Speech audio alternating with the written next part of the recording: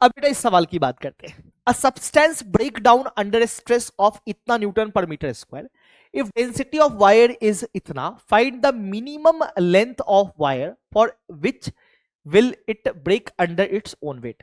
Again बेटा वही Hooke's law यहाँ कॉन्सेप्ट है, तो कॉन्सेप्ट में कोई खास है नहीं। F by A is equals to Y delta L by L. भाई एक वायर है, जस्ट इमेजिन करो एक वायर है, ठीक है, और तुम क्या चाहते हो कि सर ये जो वायर है ये खुद के वेट की वजह से टूटे ना। भाई इसका खुद का वेट होगा, तो तुम चाह रहे हो कि सर इस वायर का वेट जितना भी हो, इसका लेंथ इतना होना चाहिए कि भाई खुद के वेट की वजह से ब्रेक ना कर जाए। तो सबसे पहले ये बताओ कि इस पूरे वायर के ब्रेक करने की टेंडेंसी सबसे ज्यादा कहां पे? ऑब्वियस सी बात है जहां पे टेंशन की वैल्यू सबसे ज्यादा होगी। और बेटा टेंशन की वैल्यू सबसे ज्यादा होगी यहां पे टेंशन की वैल्यू सबसे ज्यादा होगी। अगर वायर यहां पर बच गया, यहां पर अगर वो वायर नहीं टूटता है, इस पॉइंट पे अगर वो वायर नहीं टूटता है, तो बाकी किसी भी पॉइंट पे वो टूटेगा नहीं, वो नहीं टूटेगा। तो हमें इसी पॉइंट के लिए कंडीशन निकालनी है। अब ऑब्वियस सी बात है, अगर यहां पर टेंशन टी मैक्स, तो टी मैक्स होगा कितना? सर टी मैक्स इस पूरे वायर के वेट के बराबर होगा, दैट इज एम जी के बराबर होगा।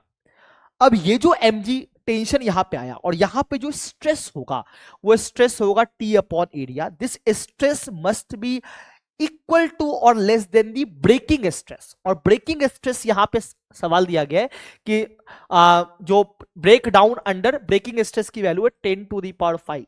Break down under stress of इतना, यानी कि ये ब्रेकिंग स्ट्रेस दिया हुआ है, तो इसकी वैल्यू इससे कम होनी चाहिए, ठीक है। टेंशन की वैल्यू mg के बराबर लिख दिया, तो mg by area must be less than equals to 10 to the power 5। इसका क्रॉस सेक्शन एरिया को मैं a मान लेता हूं, मास को लिख रहा हूं density into volume which is area into length into g upon area must be less than equals to 10 to the power 5। Area से एरिया कट गया, मुझे लेंथ निकालना है।